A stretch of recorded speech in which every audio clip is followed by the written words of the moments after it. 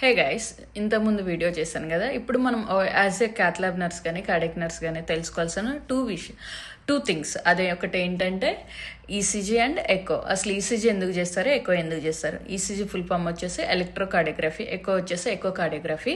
ఈసీజీలో ఏంటంటే మనం electrical activities అనేది చెక్ చేస్తాం.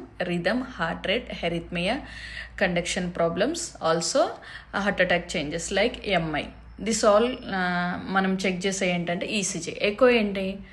Heart pumping strength like EF కూడా 4 టైప్స్ ఉంటాయి: normal, moderate, mild, severe. Ranges కూడా నెక్స్ట్ వీడియోలో ఎక్స్ప్లెయిన్ చేస్తాను. ఇంకొకటి heart valve structure, heart size, wall motion of the abnormalities, congenital heart disease, ఇంకొకటి ఫ్లూయిడ్ అరౌండ్ ద హార్ట్. ఇవన్నీ ఎక్కువలో తెలుసుకుంటాం అనమాట.